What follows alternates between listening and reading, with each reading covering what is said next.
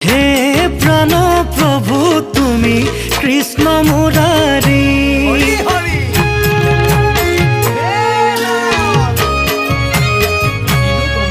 হে বৃন্দাবনৰ মাঝে তুমি বজালা বাহি। প্ৰভু অতি সুন্দৰ।